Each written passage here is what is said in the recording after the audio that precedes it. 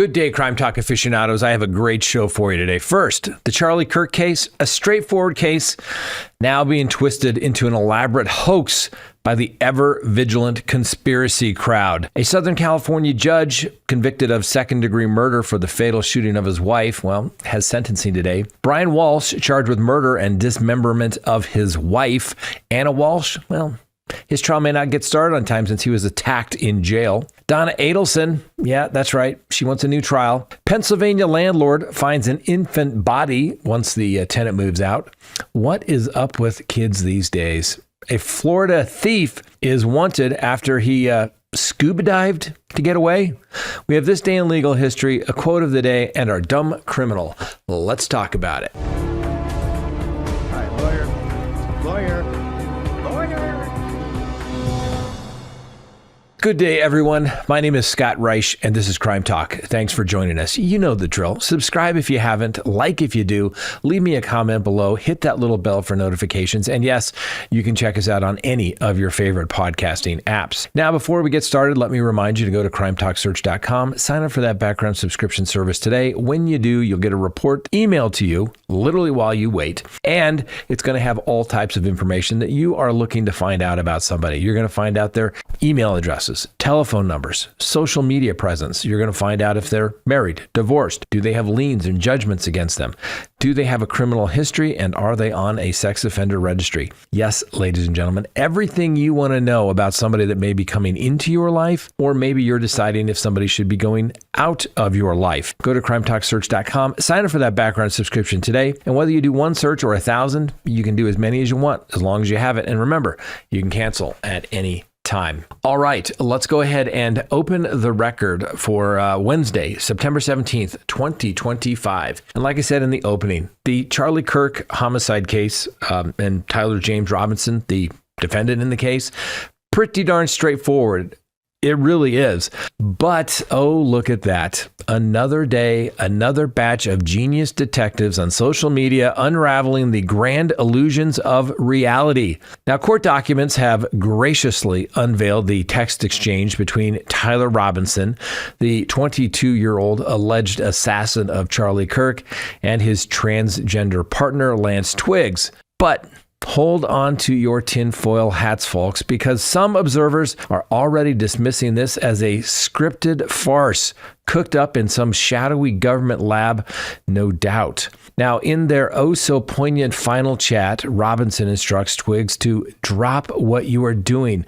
Look under my keyboard, where a note boldly declares, I had the opportunity to take out Charlie Kirk, and I'm going to take it. Twiggs, feigning shock like a bad actor in a community theater production, replies, What? You're joking, right? Not missing a beat, Robinson assures, I am still okay, my love, but am stuck in Orem for a little while longer yet. Shouldn't be long until I can come home, but I got to grab my rifle still. To be honest, I had hoped to keep this secret till I died of old age. I am so sorry to involve you. Now, Twiggs, the picture of panic, shoots back, you weren't the one who did it, right? To which Robinson confesses, I am. I'm sorry. Of course, the moment these text messages hit the public eye, the conspiracy brigade mobilized. How convenient that they sound a tad awkward, almost like real people under stress might type in full sentences with punctuation. Heaven forbid. Anyway, some conservative commentator by the name of Sadie in North Carolina is in a post that racked up over 5 million views because virtually equals the truth, right? Well, anyway, she consulted her 21 and 23-year-old son and who decreed that no one their age texts like that. Yes, the infallible wisdom of Gen Z linguistics experts. And the wild theories don't stop there. The texts eerily align with the probable cause affidavit. Mentions of bullet engravings, a rifle stashed in a towel in the nearby woods, and a motive rooted in enough of his hatred. What a coincidence. Or, as the nut job would have it, proof of fabrication. That's right. Some guy on X by the name of Evan, in a stroke of investigative brilliance, fed the text into ChatGPT and proclaimed them most likely fabricated because they're far too detailed and too much incrimination to be real. Because AI chatbots are now our arbiters of authenticity. Amazing. But wait, the Daily Wire's Matt Walshe offers a sensible counter. Maybe Robinson and Twiggs staged the whole thing as an alibi for Twiggs. Plausible? Sure, if you're grasping at straws in a haystack of paranoia. Diving deeper into the exchange, Twig references the arrest of the 71-year-old George Zinn on obstruction charges. I thought they caught the person. Robinson dismisses him as some crazy old dude, then spills about his rifle retrieval woes. I planned to grab my rifle from my drop point shortly after, but most of that side of town got locked down. It's quiet, almost enough to get out, but there's one vehicle lingering. On the why, I had enough of his hatred. Some hate can't be negotiated out. He frets about leaving no evidence. If I am able to grab my rifle unseen, I will have left no evidence. I haven't seen anything about them finding it. Twiggs probes the timeline. A bit over a week, I believe. Robinson regrets not snagging the gun sooner. I'm wishing I had circled back and grabbed it as soon as I got to my vehicle. I'm worried what my old man would do if I didn't bring back Grandpa's rifle. I don't know if I'd have a serial number, but it wouldn't trace to me. I worry about prints. I had to leave it in a bush where I changed my outfits. Only thing I left was the rifle wrapped in a towel. Signing off, Robinson urges deletion. He's calling me right now, not answering. Since Trump got into office, my dad has been pretty diehard MAGA. I'm going to turn myself in willingly. One of my neighbors here is a deputy for the sheriff, he adds. You are all I worry about, love. Twiggs, I'm much more worried about you. Final advice, don't talk to the police, the media, and if anyone asks you any questions, ask for a lawyer. Stay silent. Now, these revelations dropped alongside Robinson's court debut, where he stared blankly as the prosecution announced their intent to seek the death penalty. Social media sleuths analyzed his distant demeanor. One described him as totally empty inside, while another spotted a big gulp, because nothing screams fake like a human not emoting on cue. Ah, the beauty of it all.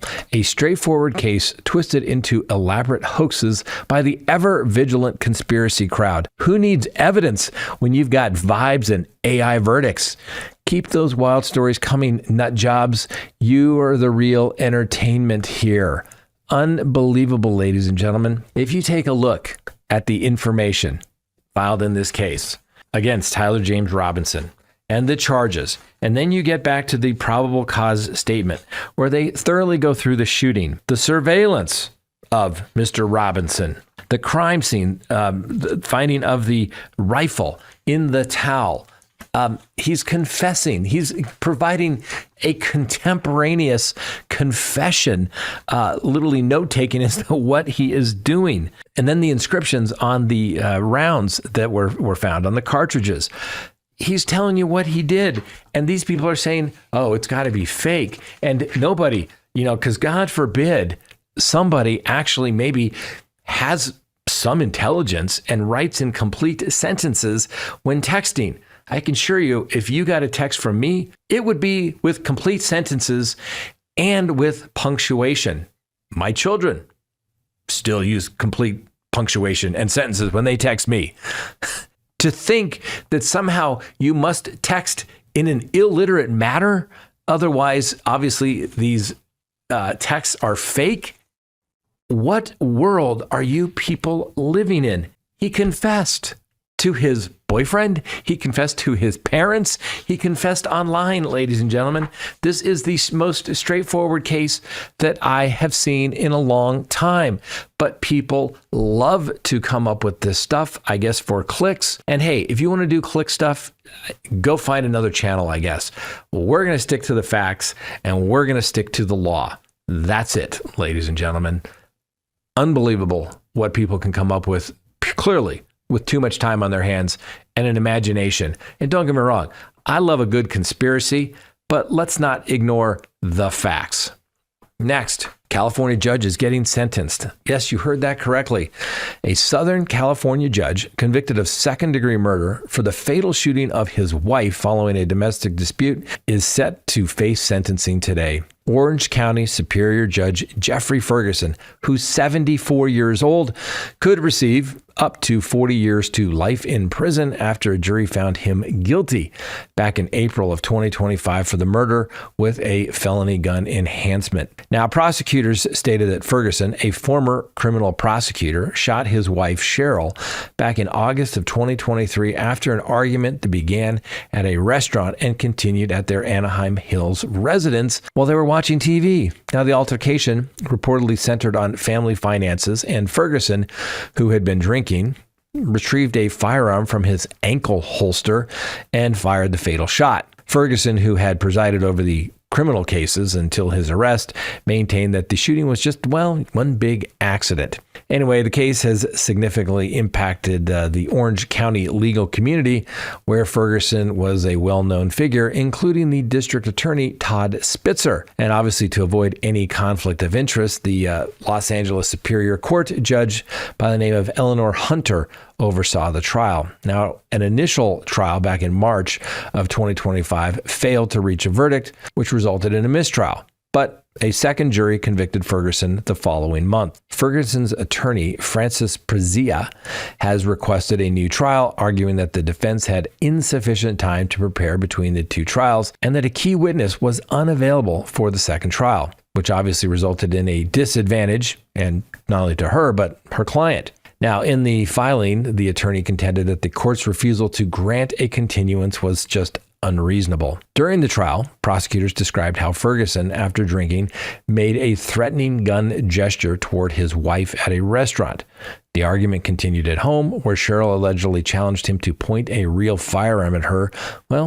And he did, and it resulted in a fatal shot. Now, Ferguson, someone that's quite experienced with firearms, claimed he had accidentally discharged the gun while attempting to place it on a cluttered table due to a shoulder injury. Yes, it was an accident because that old football injury got in the way.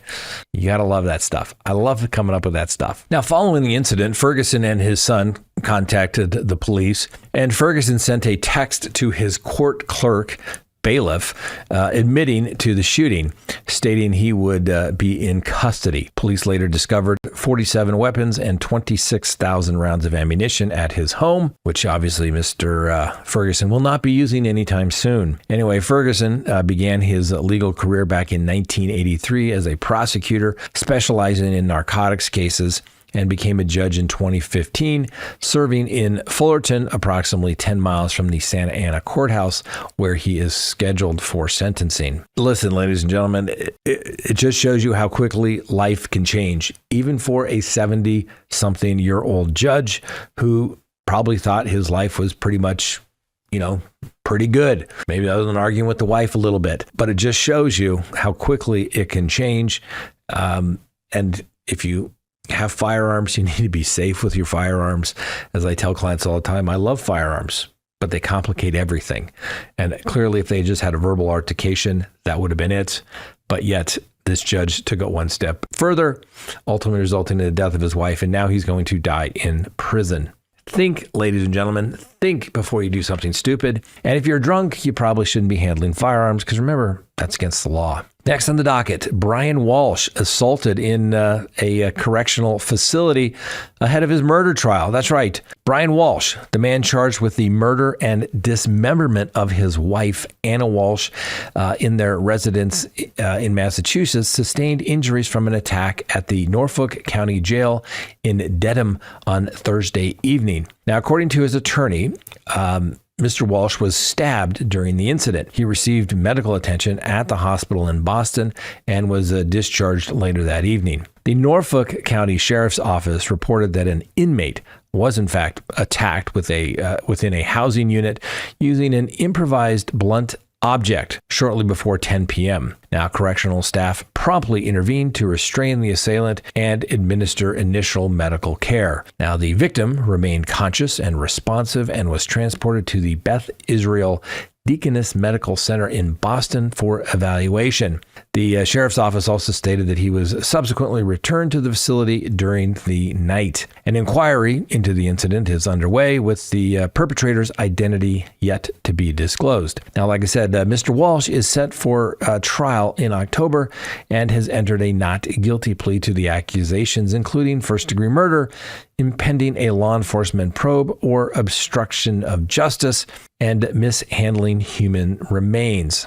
Now, the former Bristol County Sheriff Tom Hodges remarked on the risks, stating, "This illustrates how rapidly incidents can occur involving a notable detainee." Hodson drew from his experience safeguarding former New England Patriots player Aaron Hernandez, emphasizing the need for isolated units where inmates do not interact simultaneously during reaction periods. He indicated that the individual responsible for the assault would likely be isolated and face additional charges, while the facility would reevaluate the victim's security protocols. Now, given the widespread attention of Mr. Walsh's case, the sheriffs noted that the fellow inmates are often aware of the details through access to television, tablets, as well as internal communications in the jail. So for those who aren't familiar with it, Anna Walshe was last seen in the early morning hours of January 1st of 2023,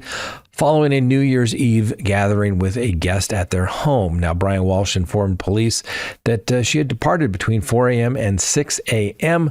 via a rideshare to catch a flight to Washington, D.C. for some professional obligations, though no records confirm a vehicle pickup or any boarding at the airport. Already sounding a little suspicious, doesn't it? Anyway, prosecutors allege that around the time that she vanished, Brian Walshe conducted some disturbing online queries on his son's computer devices, such as inquiries about body decomposition timeliness, methods for disposing of remains, and tools to dismemberment. Anyway, video evidence reportedly captured him purchasing substantial quantities of cleaning materials, including mops, buckets, protective sheets, and adhesives at the Rockland Home Depot. 1 week later, investigators discovered bloodstains and other damage, bloodied blade in the home's basement, leading to Mr. Walsh's arrest. Police further claim he engaged a private detective to monitor his wife prior to the event,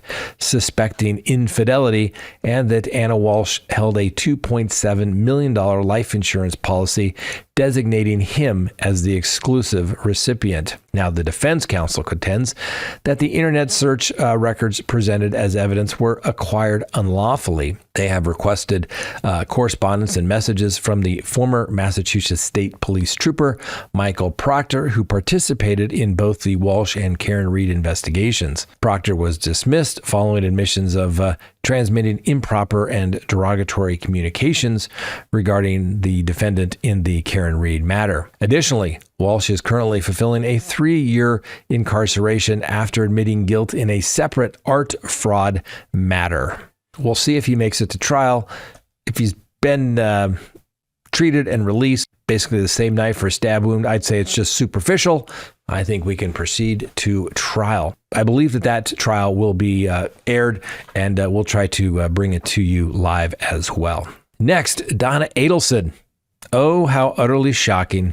Donna Adelson's legal eagles are clamoring for a do-over trial while demanding chats with 2 of the jurors who so rudely slapped her with guilty verdicts. Because, nothing says justice served like second-guessing the people who actually sat through the whole circus. Anyway, this brilliant motion dropped on Tuesday night accuses juror number 7 of playing social media star on TikTok, not just post-verdict, but smack in the middle of the trial. Of course, that incriminating post has mysteriously vanished into the digital ether. Meanwhile, they're itching to grill juror number 5, who couldn't resist dishing on Adelson's courtroom poker face during a guest spot on the oh-so-glamorous podcast, Surviving the Survivor. Now, for those craving the full spectacle, you can binge watch the entire Donna Adelson trial extravaganza, complete with timestamps for your viewing pleasure, right here on CrimeTalk. Because who doesn't love reliving every riveting moment of family drama turned deadly. Now, it was barely 2 weeks ago that Adelson got nailed for murder, conspiracy, and solicitation in that charming plot to off her ex-son-in-law, Dan Markle, after a fortnight of courtroom theater. But wait, there's more. Beyond the juror drama, the defense is piling on excuses for why she deserves a fresh start. Apparently, the judge's chit-chat with them screamed favoritism towards one side. Subtle, right? And heaven forbid he only let in bits of her 2014 and 2023 planner instead of the whole shebang. Oh, and the verdicts. Totally against the law and evidence. Because why accept reality when you can whine about it? Anyway, the state attorney, Jack Campbell, ever the picture of patience, quipped he's not surprised. Adelson's team is throwing every kitchen sink issue at the wall for a new trial. Naturally, the state will fight tooth and nail against the lot.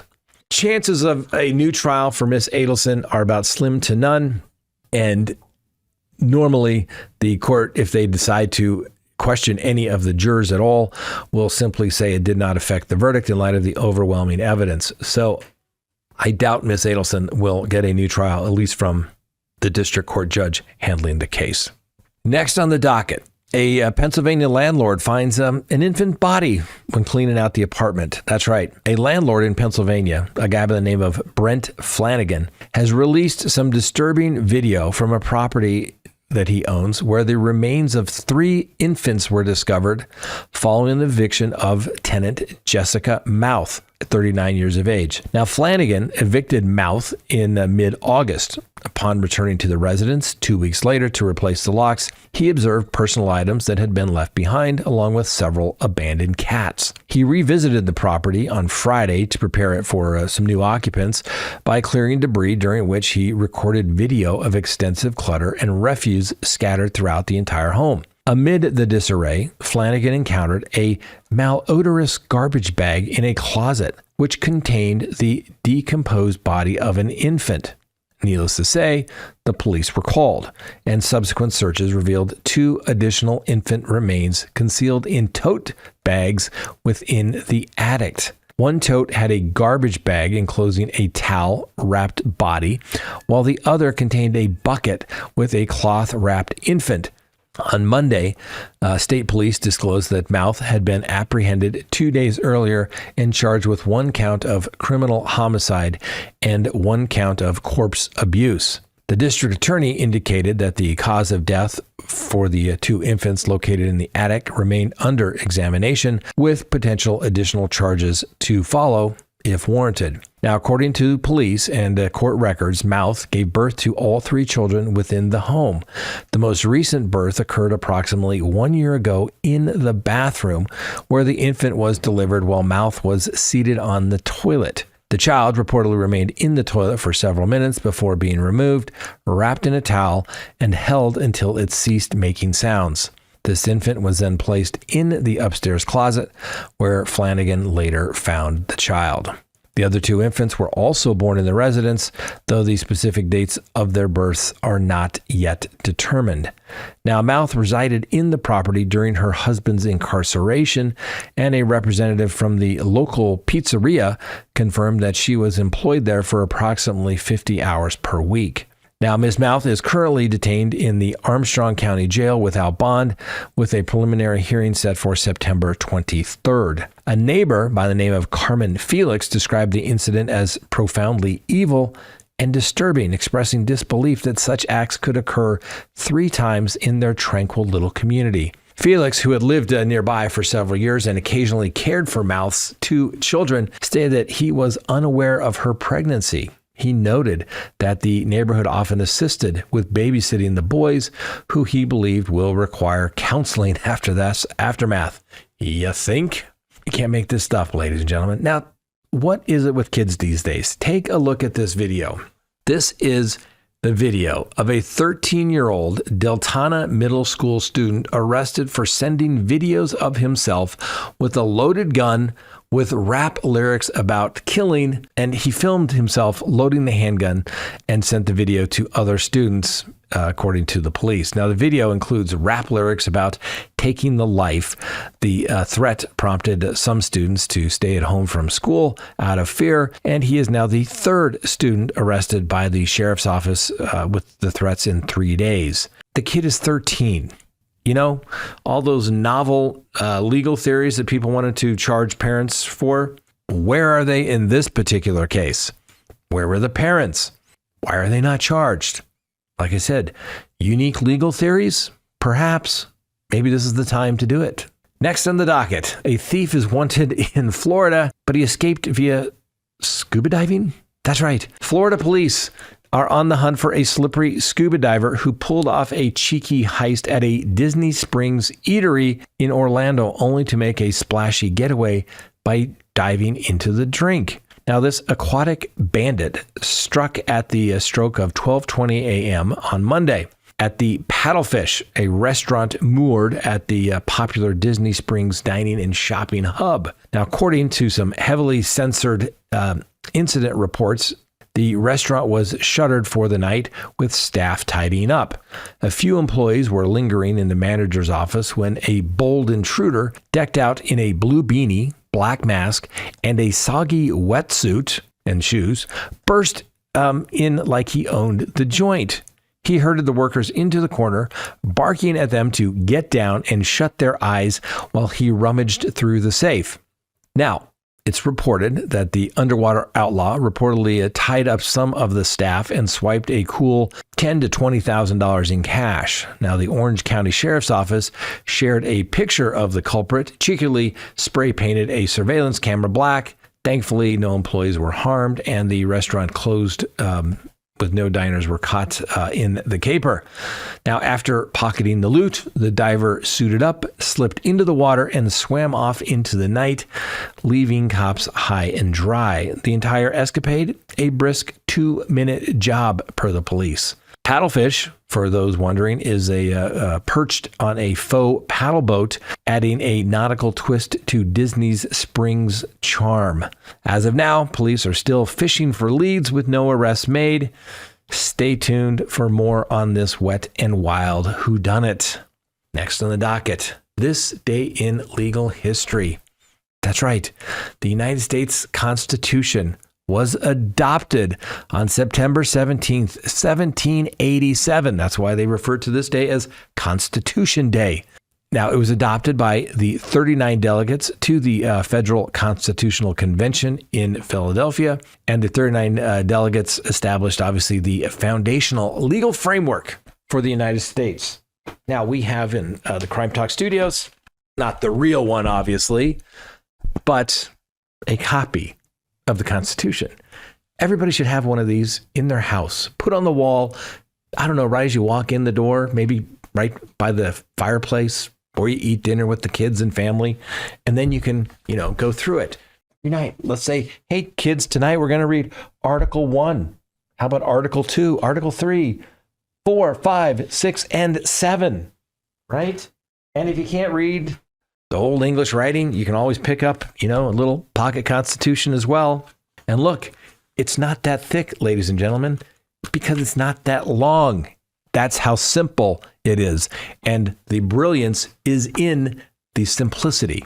So remember, September 17th, 1787, it's the day the Constitution was established, signed, and then sent off to the states. So anyway, the Constitutional Convention, big deal. Like I said, it's the framework of the United States. Next, our legal quote. Here we go. From Ulysses S. Grant at his inauguration on March 4th, 1869. Here it goes.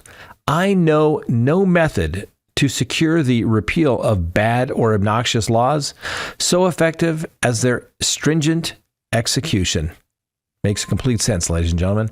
Now, sometimes stupid laws are meant to be ignored, but if you really want it changed, follow it. Or even better yet, have a high-profile person get charged with a crime that is ridiculous. And next thing you know, people start looking at it and saying, well, gee, that's a little crazy. We didn't know that was on the books. And then people come around to say, maybe we need to address the law. And finally, our dumb criminal of the day.